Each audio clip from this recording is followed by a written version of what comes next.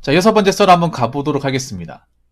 여러분 이 말 들어봤죠? 빚도 자산이다. 빚을 내는 것도 능력이다. 이런 말 들어봤죠? 근데 이 말 지금도 맞는 말일까요? 지금도? 예. 아직도 반은 맞다고요? 아직도 반은 맞다. 글쎄요. 난 반도 아닐 거라 생각하는데.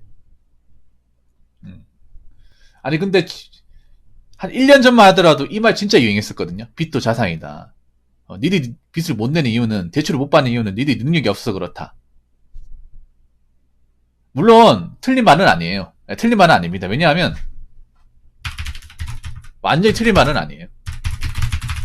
왜 그러냐 하면 우리나라 대출이라는 게 아무한테나 다 돈을 내주는 게 아니에요. 네.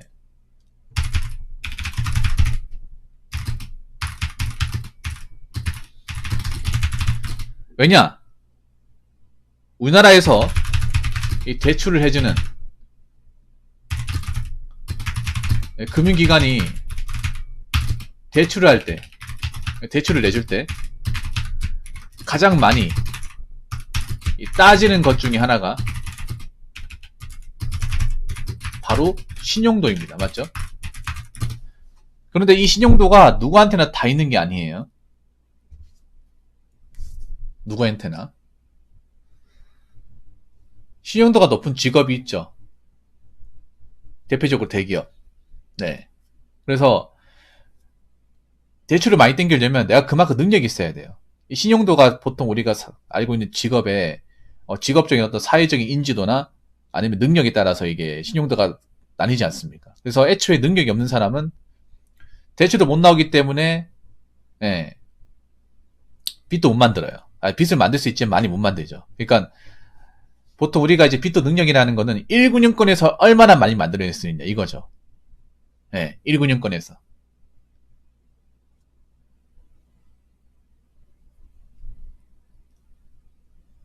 뭐 완전히 틀린 말은 아닙니다. 그런데 확실히 올해 들어와가지고 지금 시점에 봤을 때는 빚도 자살에 얘기하는 사람들이 없어졌어요. 뭐 그분도 어디 갔는지 모르겠어요. 잘 살고 계시겠죠? 작년까지 이만한 사람도 많았거든요. 근데 올해는 근데 지금은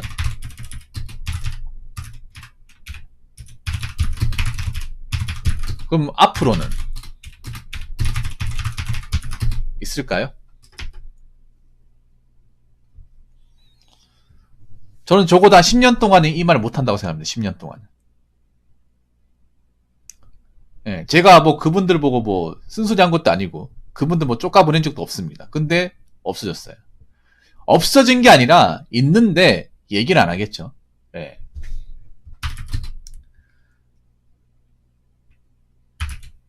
빚도 자산이다 얘기하는 사람들. 예, 보고 있어요. 보고 있는데 차마 얘기를 못 할 거예요. 왜냐? 그 자산 때문에 지금 허덕이거든요.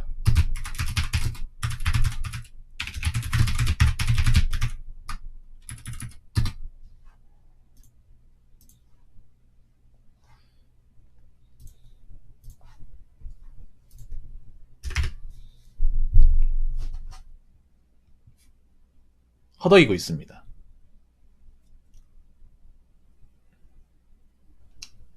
왜냐? 지금 밑도 꽂는 대출 받았는데 이게 문제는 뭐냐면 집이 올라야 되거든. 가격이 올라야 되는데 집값이 내려가고 있잖아요. 내려가고 있는데 대출금리 올라가고 있어요. 근데 버는 돈은 뻔해요. 우리나라가 뭔가 좀 투자라는 게 굉장히 건전하지 못합니다. 우리나라 투자 문화가. 나는 솔직히 투자에 대해서 별로 그렇게 좋게 안 본 이유가 뭐냐 하면 나는 우리나라 사람들이 건전한 투자를 하는 걸 보지 못했어요. 무조건 극단적인 투자를 많이 하죠. 비트도 극단적인 투자죠. 연끌도 극단적인 투자죠. 뭔가 자기 인생의 배수유지를 다 치고 있는 거 없는 거 다 털어가지고 하는 게 일반화돼 있잖아요.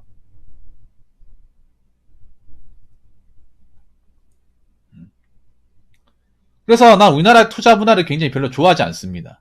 이상하게 우리나라 사람들이 한창 부동산에 묻혀있을 때, 비트코인 묻혀있을 때, 안 하는 사람 바보로 봤죠. 저는 안 했습니다. 안 한다고 얘기하니까 한심하다고 봤습니다. 그분들한테 묻고 싶네요. 그렇게 얘기하신 분들, 지금도 저한테 한심하다 얘기할 수 있을까요? 근데 저는 님한테 한심하다 얘기할 수 있겠네요.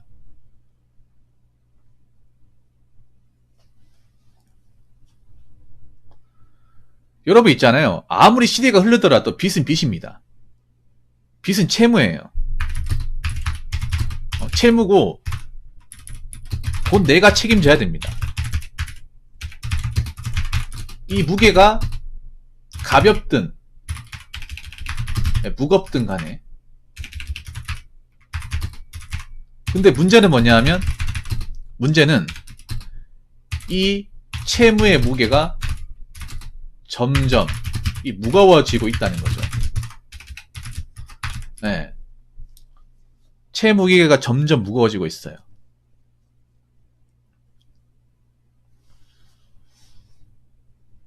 이자가 점점 올라가니까. 네. 그리고 안 팔리거든요, 지금. 지금 보면 왜 그런 거 있잖아요. 부동산 같은 거 보면 이제 금매를 엄청 싸게 내놓고 파는 사람들 있죠. 난 그 사람들이 현명하다고 생각하는데, 막상 그렇게 용기를 못 내요. 금매를 내놓는 분들. 왜냐하면 그렇게 하면 손해거든.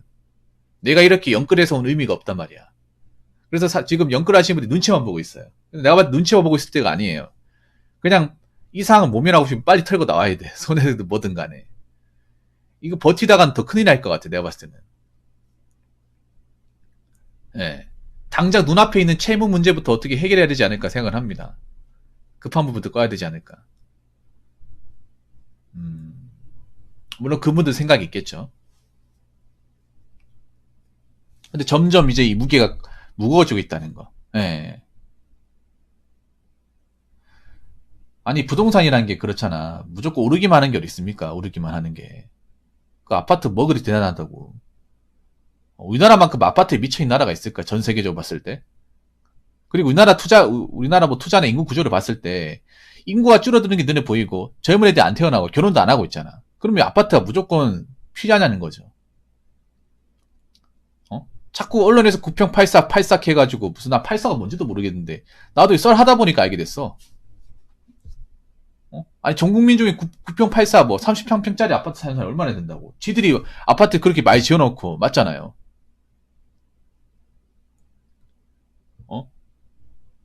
9평 84 살려면 애초에 뭐 혼자가 아니라 가족이나 이제 결혼할 사람들 만들어 놓고, 자녀가 태어나고 나서 그렇게 해야 되는데, 그렇게 할 사람들 얼마나 있겠냐고. 별로 없잖아요, 여러분.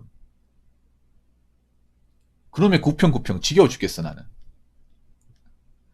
아무튼 이 채무의 무게가 점점 무거워지고 있다는 거. 이게 올해로 끝나지 않을 거는 내년이 진짜 고비일 겁니다, 아마. 네.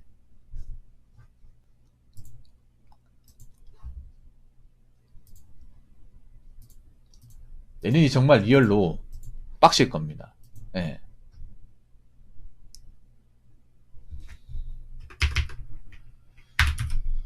그래서 여러분 있잖아요. 그냥 저런말 하는 것 자체가 웃긴 거예요, 대한민국에서. 대한민국에서 이 빚내는 것을 능력이자 자랑처럼 얘기하는 것 자체가 비정상이라는 거예요.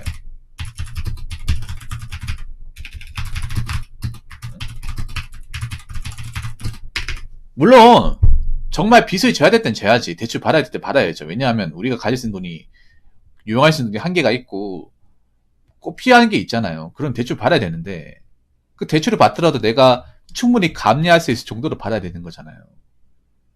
근데 빚을 무한정으로 내는데 그걸 뭔가 자랑처럼 얘기하고 니들 능력이 없으니 이렇게 못하는 거야. 그러니까 아무나 할 수 있는 거 아니야. 이런 식으로 뭔가 자신의 어떤 그런 대단한 뭔가 능력을 지닌 것 마냥 이렇게 얘기하잖아요. 능력을 지닌 사람들 감당하셔야죠. 그 능력에 대한 책임을 져야죠.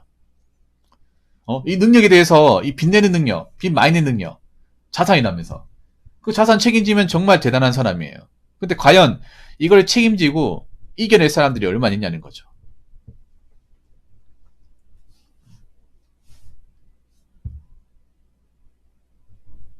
빚이라는 것도 있잖아요, 여러분.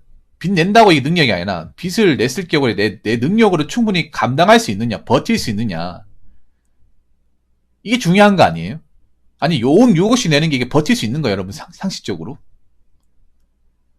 제가 얼마 전에 뭐 다큐멘터리 보니까 7억 낸 사람도 있더라고요. 7억. 예. 야.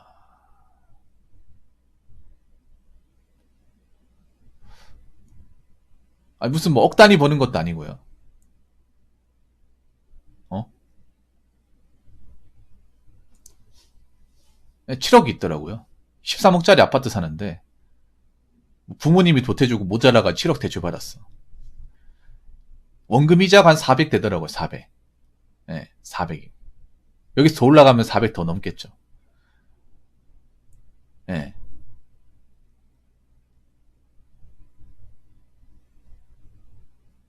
난 그게 이상해. 안 그래요? 아무리 아파트가 좋아도 아무리 뭐 내 집 마련 중요하다 하더라도 뭔가 극단적으로 이제 스탠드를 채워가지고 뭔가 아파트를 사는 게 이게 정상인가? 안 그래요?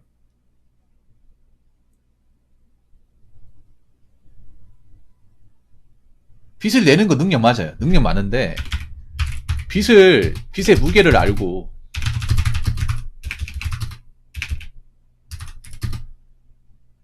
내 능력대로 내 능력을 정확히 알고 감당할 줄 아는 것이 진짜 능력이지 않을까 싶습니다.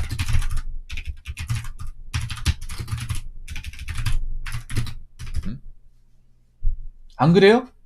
애초에 월급쟁이 아니야, 월급쟁이. 월급쟁이가 버는 돈이 뻔하잖아요. 그리고 월급쟁이가 뭐 공무원은 모르겠는데 사기업은 언제까지 일할지 모르잖아요. 응? 결국 일하다 나와야 되잖아. 나오고 나서 그만한 또 수익 기대할 수 있습니까? 아니잖아요. 근데 그렇게 대출을 끼고 하는 게 과연 정상인 거잖아. 이해가 안 되네요. 아무리 뭐 아파트가 살기 좋은 공간이라 하더라도 아파트 거기만 있는 것도 아니고요. 널린 게 아파트잖아. 안 그래요?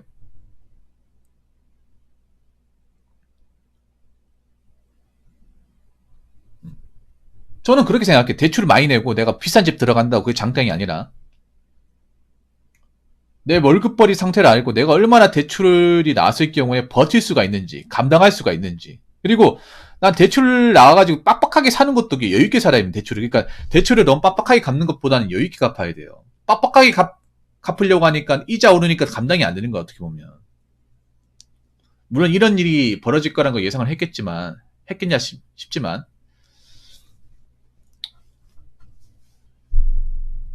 근데 문제는 그런 거죠. 이게 잠깐으로 끝나지 않는다는 거죠. 앞으로 계속 될 수 있는 거죠. 이제 시작이라는 거 이제. 아직 제대로 이제 액션도 취하지 않았습니다. 근데 벌써부터 겁을 많이 먹었어. 벌써부터 이 채무에대한 무게를 많이 감당하고 있어요. 이게 문제가 뭐냐면 여러분 단순히 원금 이자만 올라가는 게 아니라 이게 문제가 뭐냐면 원금 이자 올라가잖아. 그 물가 올라가는 생각 안 해? 물가 세금 올라가는 거 생각 안 합니까? 생각해야죠. 다 올라갈 거 아니야. 그럼 대출을 갖기 쉽겠습니까? 더 어렵겠습니까? 더 어렵죠, 여러분.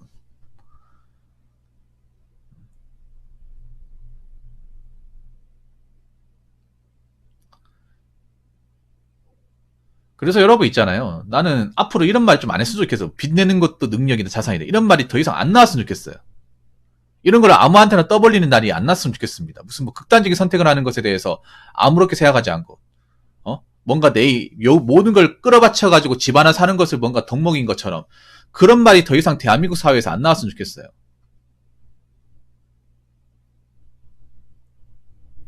자랑할 거 자랑해야죠. 안 그래요? 능력 있고 능력이라 얘기해야 되죠.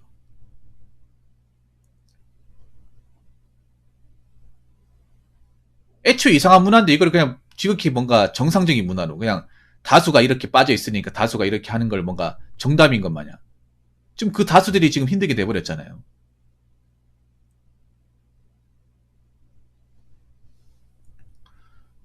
아무튼 여러분 있잖아요. 대출을 받을 수밖에 없는 상황에서는 받아야겠지만 내가 이걸 갚을 수 있을 만한 능력이 되는지도 생각을 해야 됩니다. 그냥 은행에서 대출 해준다고 그냥 막 받으면 안 돼요. 그리고 있는 거 없는 거 다 털어가 대출 받으면 안 됩니다. 아무리 집이 중요하다 하더라도 무슨 저 집 아니면 못 사는 것도 아니고요. 맞잖아요. 능력이 안 되면 신축 아파트 말고 좀 연식이 지난데 가면 되잖아. 아니면 나중에 계약해도 되고 뭐 그리 급하다고 있는 거 없는 거 다 털어가지고 배수는 지금 쳐가면서까지 집을 삽니까? 앞으로 이런 문화가 좀 없어졌으면 좋겠습니다. 정말로. 두 번 다시 뭐 제 유튜브 채널뿐만 아니라 다른 곳 가서도 뭐 빚도 자사의 능력이나 이런 말 아무렇지 않게